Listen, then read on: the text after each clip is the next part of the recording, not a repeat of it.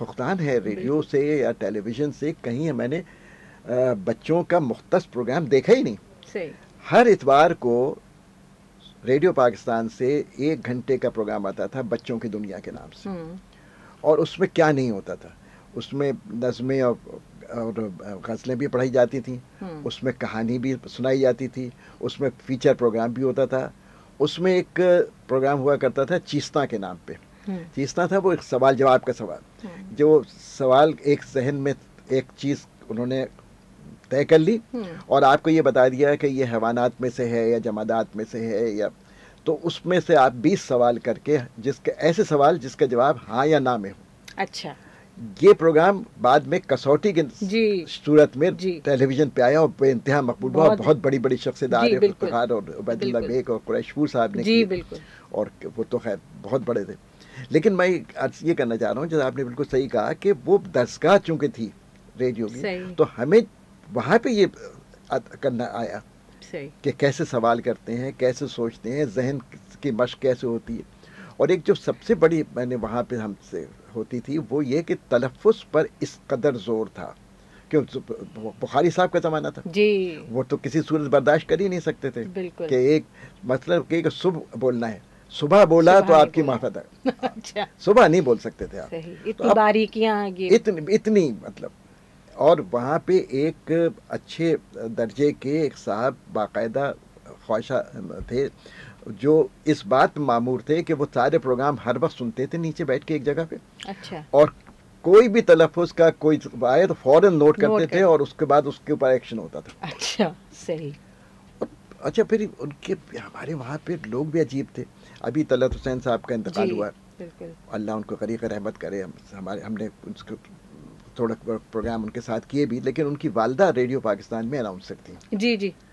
ہمارے زمانے میں آنٹی وانٹی نہیں کہتے تھے, ہم تو شائستہ خالہ کہتے تھے جی. اور ان کا وہی عالم تھا جو ابھی تھوڑی دیر پہلے بات ہو رہی تھی نا کہ وہ محلے داری والی جی, ان کا یہی عالم تھا کہ مثال کے طور پہ کہ ہم نے پروگرام ختم کیا اور نیچے اترے تو میں اور میراج نظر ہمارے ایک دوست ہیں جو آج کل امریکہ میں ہیں, وہ بھی بہت اچھے انجینئر اور بہت تھے اور بڑے پڑھے لکھے آدمی تھے. ہم کو اگر انہوں نے دیکھ لیا کہ ہم پروگرام کرنے کے بعد گارڈن میں باہر ہیں تو فوراً ان کے آواز دیں گی یا اشارہ کریں گی, کیا ہو رہا ہے تمہارا پروگرام ریکارڈ ہو گیا؟ اچھا ہو گیا, تو اب کیا کہہ رہے ہیں آپ, چلو گھر جاؤ. اچھا. یہ اپنا یہ تو یہ وہ تھا. اور ہماری مجال نہیں تھی کہ اگر شائستہ خالہ نے کہہ دیا گھر جاؤ تو یہ ہو نہیں سکتا کہ گھر نہ جائے. صحیح. وہ بیٹھ کے گھر چلے جاتے تھے. تو وہ وہاں پہ ہم نے بہت سیکھا. اور مطلب شخصیتیں آپ دیکھیں, حامد عزیز مدنی صاحب جی, قمر جمیل تو میرے پروڈیوسر رہے برسوں.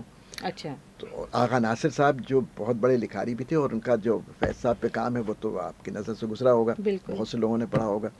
تو اور وہ ڈرامے کے بہت بڑے پروڈیوسر تھے جی. ریڈیو میں ڈرامہ یہ تو ہم نے ٹیلی ویژن پہ اب آیا جی, ورنہ تھیٹر کے علاوہ ریڈیو کا ڈرامہ جو تھا وہ بھی بہت بڑا انسٹیٹیوٹ تھا.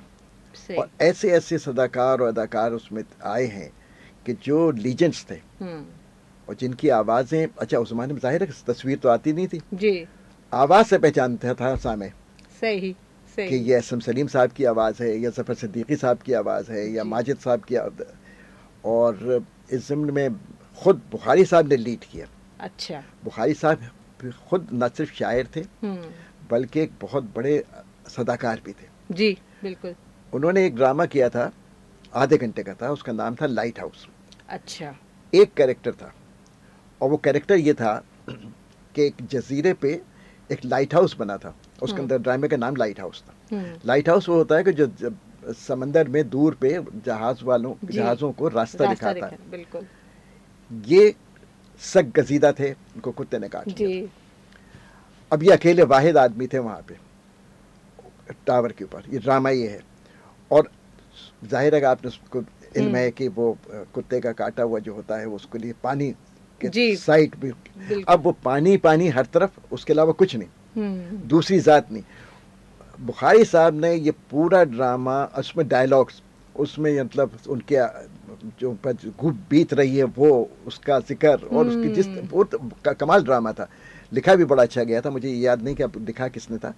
وہ ڈرامہ سنگل ہینڈڈلی اکیلے وہ آدھے گھنٹے کا ڈرامہ کیا اور اتنا مقبول ہوا تھا. اچھا. پھر اس کے بعد اس ڈرامے کو دوبارہ جب وہ کیا گیا تو وہ ماجد بھائی وہ تھے عبد الماجد صاحب جو بھائی جان کے نام سے جانے جاتے تھے بچوں میں ریڈیو کے, اور وہی پروگرام جو تھا نا بچوں کی دنیا وہ کنڈکٹ کرتے تھے.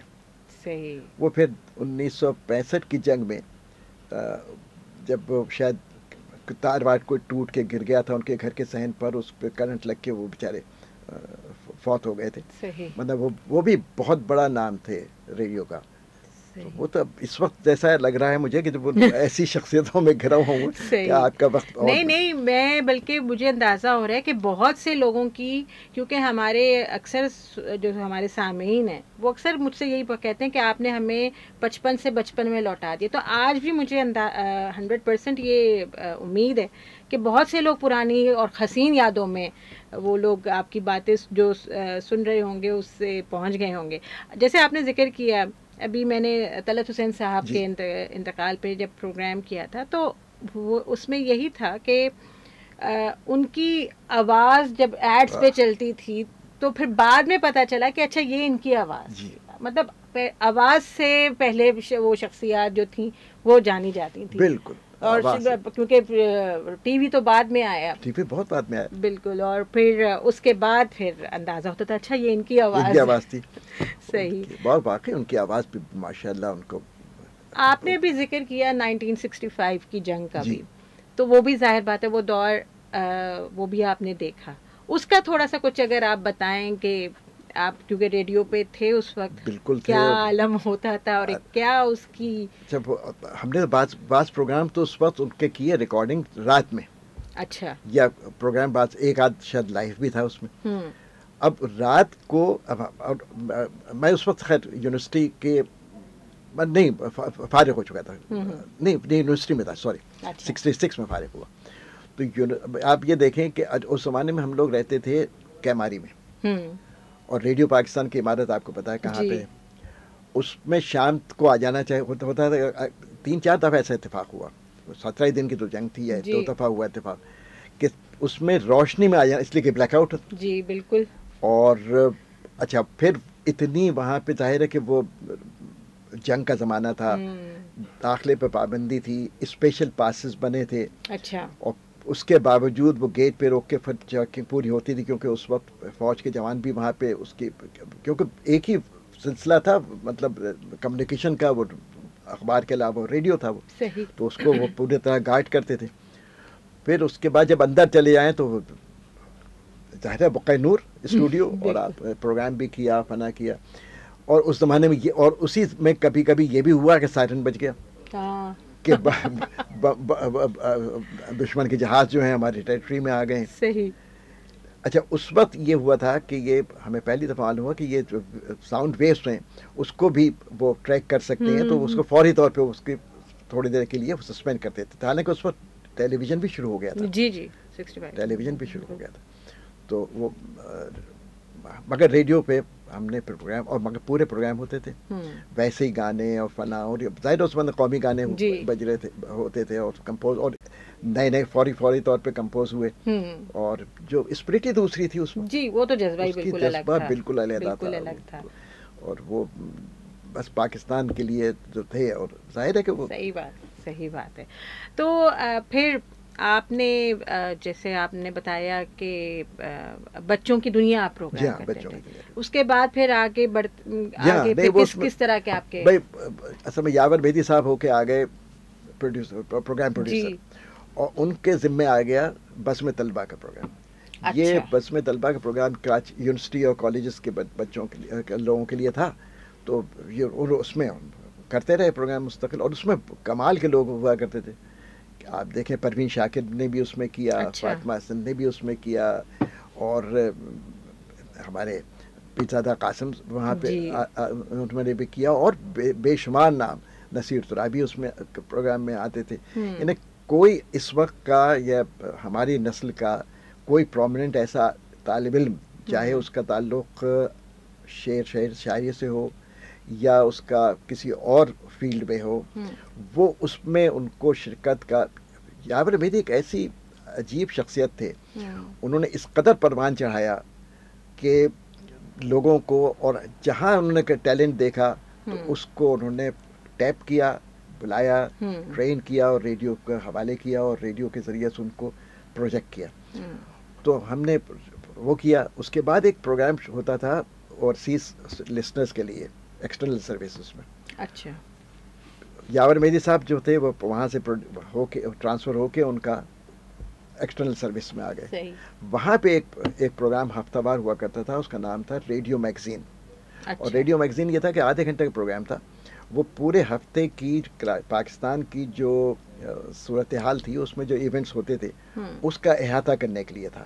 اور وہ ایک تاکہ ایک مطلب وہ ایک ڈائجسٹ سا تھا کہ پچھلے ہفتے باہر والے پاکستانی جو باہر رہتے ہیں ان کے مخاطب بنیادی طور پہ وہ لوگ تھے ایکسپیٹریٹس پاکستان کے. تو ان کے لیے ہوتا تھا تاکہ وہ کمپیکٹ ان کو معلوم ہو جائے کہ پچھلے ہفتے پاکستان میں ہوا کیا. تو اس کی وہ جو اینکر پرسن تھے وہ شفیق الرحمان پراچا صاحب تھے، جو خود ریڈیو حیدرآباد سے پہلے وابستہ رہے اور حمایت علی شاعر صاحب مرحوم کے ساتھ بھی انہوں نے وہاں پہ کام کیا. تو وہ ان کی آواز بھی بہت اچھی اور سرکاری افسر تھے بڑے. تو ہم نے اس زمانے میں وہ پروگرام کیے اور ریکارڈنگ اس کی ہوئی کہ جب کراچی میں کرفیو ہوتا تھا. اچھا. سن 77 کے ہنگامے تھے جی. کراچی شہر بالکل سناٹا ہو جاتا تھا، کرفیو لگتا تھا، اور اس کی موومنٹ ہوتے تھے. ہمیں ریڈیو نے پاسز دیے ہوئے تھے. پھر 1-2 گاڑیاں تھیں، ایک میری گاڑی تھی اور پراچا صاحب کی تھی. ہم ان کو لوگوں کو جمع کر کے لاتے تھے. تو ہم 3 حضرات تھے اور 2 خواتین تھیں. تو ہم 5 پہ وہاں جمع ہو کے پھر اس کے بعد وہ پروگرام ریکارڈ ہوتا تھا. تو مگر وہ سن 78 تک تو میں اس طرح مسلسل ہم ریڈیو سے وابستگی رہی. اس کے بعد پھر ظاہر ہے کہ وقت بھی نہیں رہا، پھر لوگ بھی نہیں رہے، اور ظاہر ہے وہ زمانہ بدلتا ہے، نئے لوگ آتے ہیں. بالکل. تو یہ ہوا کہ اس سے کنارہ کشی ہو گئی. لیکن آپ نے اپنے آپ کو جتنا مجھے آپ کا میں جو ہے آپ کے بارے میں جتنا میں جانتی ہوں، آپ نے اپنے آپ کو ان رکھا. جتنی بھی ابھی بھی جتنی کراچی میں اگر ہم بات کریں مختلف کلبس میں، آرٹس کونسل ہو، آپ نے اپنے آپ کو منسلک رکھا ان چیزوں سے. لیکن ابھی بھی آپ ہمیں یہ لگتا ہے، بہت سے لوگ کہتے بھی ہیں کہ شاید وہ اب ماحول ویسا نہیں رہا کراچی کا ادبی جو جیسا ایک زمانے میں ہوا کرتا تھا. وہ ماحول تو نہیں ہے. لیکن 2-3 باتوں میں تھوڑا سا میرا اپنی رائے بالکل مختلف ہے.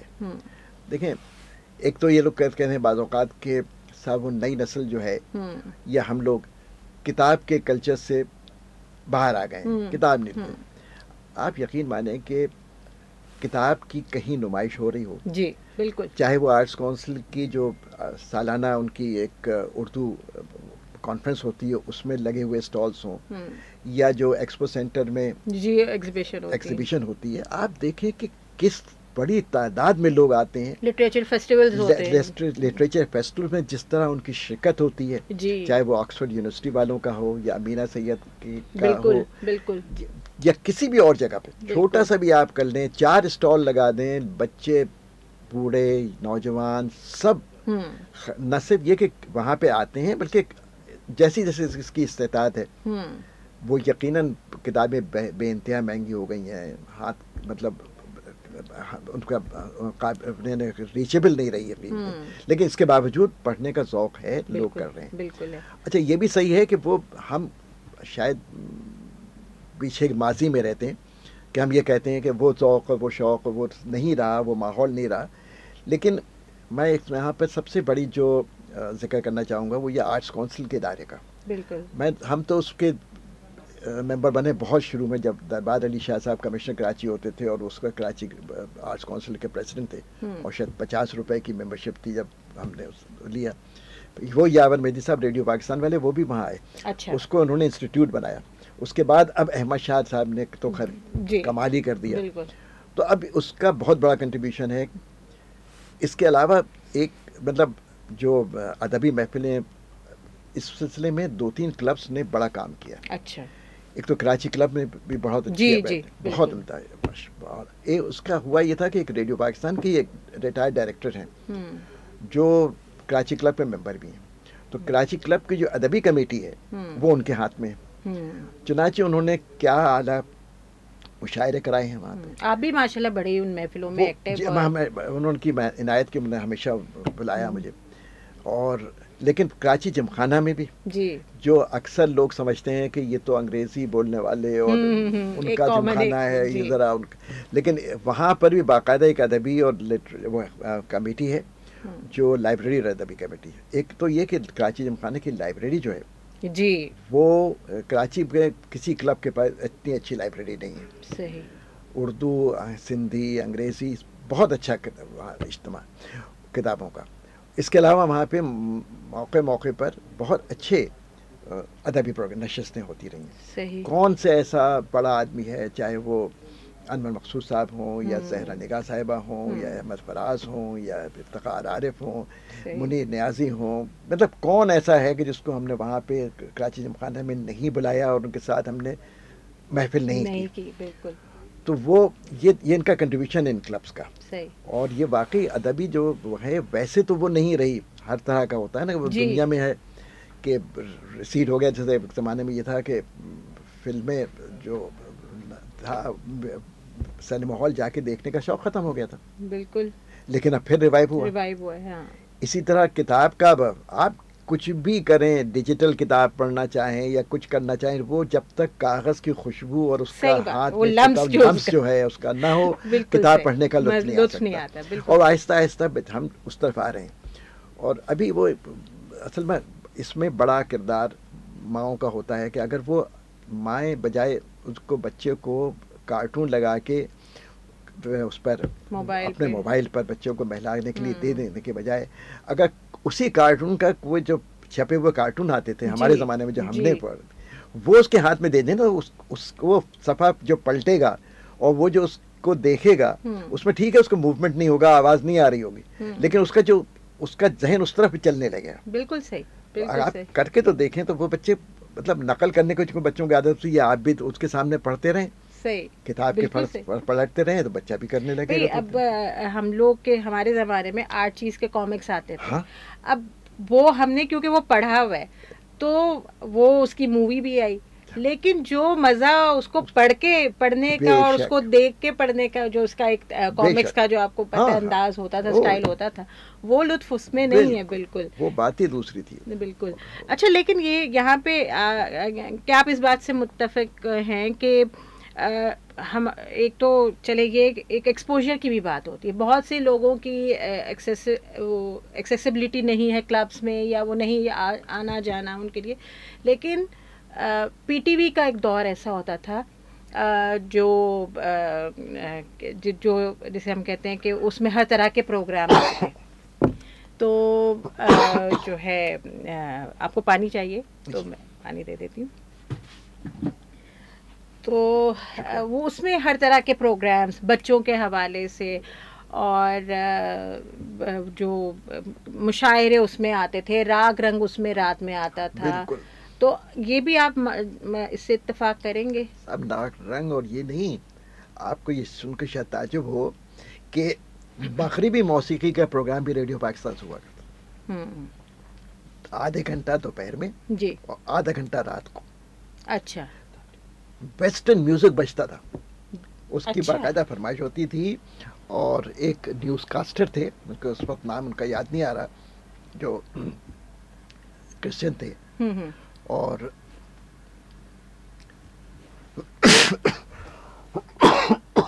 سوری تھوڑا بریک لے لیں. ٹائم ہو گیا, ٹائم پورا ہو گیا تو بس یہ ان کا تھوڑا سا وہ میں ایکسپلین کر دیتی ہوں. سوری. اچھا, کیا بات ہو رہی تھی ہماری؟ یہ ریڈیو پاکستان جو ویسٹرن اور ویسٹرن میوزک جی 10 سے 10:30 بجے رات میں اور 1:30 بجے سے 2 بجے تک دوپہر میں باقاعدہ ویسٹرن میوزک ہوتی تھی. اور آپ نے صحیح کہا کہ ہمارے یہاں اور کلاسک میوزک کا علیحدہ پروگرام ہوتا تھا, اور عام پروگرام جو ہوتے تھے ریڈیو کے وہ علیحدہ ہوتے تھے. گانے اس میں آتے تھے, فلمی گانے اس میں نشر ہوتے تھے, اور کیا کیا فنکار تھے. کچن بیگم تھیں, مہدی حسن صاحب وہیں سے آئے. بالکل. کون ایسا فنکار تھا جو ریڈیو پہ واپس تھا؟ نہیں ہے. صحیح بات, بالکل صحیح بات. اور سننے والے ایسے تھے اس پر, اور سپرویژن ایسا تھا بخاری صاحب کا کہ یہ تو میں نے اپنے آنکھ سے دیکھا ہے کہ اچانک وہ تشریف لائے اور وہ ایک اسٹوڈیو میں جہاں سے ریکارڈ باقاعدہ اس وقت آن ایئر تھا اس میں چلے گئے اور انہوں نے کہا کہ یہ تم نے کس کو طبلے بجانے کے لیے بٹھایا ہے، اس کو ذرا دور کرو، اچھا وہ اتنا قریب کیوں ہے. اچھا صحیح. چلے شکیل صاحب باتیں بہت سی ہیں اور لیکن وقت کی ہم یہاں پہ کمی ہے، لیکن انشاءاللہ ایک دوبارہ آپ کے ساتھ نشست ضرور رکھوں گی میں، کیونکہ ابھی وہ جسے کہتے ہیں نا ایک تشنگی تھوڑی سی رہ گئی ہے. لیکن مجھے امید ہے عید کے اس پرمسرت موقع پہ ایک ڈفرینٹ سی ہماری گفتگو رہی آپ کے ساتھ، ایک الگ پرانی یادوں میں آج ہم اپنے بہت سے سامعین کو لے کے گئے. لیکن مجھے امید ہے آپ سب کو بہت پسند آیا ہوگا اور جو بھی بہرحال بہت سے نئے لوگوں نے بہت کچھ سیکھا ہوگا. میں ایک دفعہ پھر اپنی طرف سے اپنی ٹیم کی جانب سے آپ کا شکریہ ادا کرتی ہوں کہ آپ نے اتنا قیمتی وقت عید کے موقع پہ ہمیں دیا. اور بس بہت شکریہ، اور آپ کو اور آپ کے سننے والوں کو عید بہت بہت مبارک ہو. بہت شکریہ، عید مبارک. اپنا خیال رکھیے گا. شیزہ مرزا سے آپ کی پھر ملاقات ہوگی. اللہ حافظ.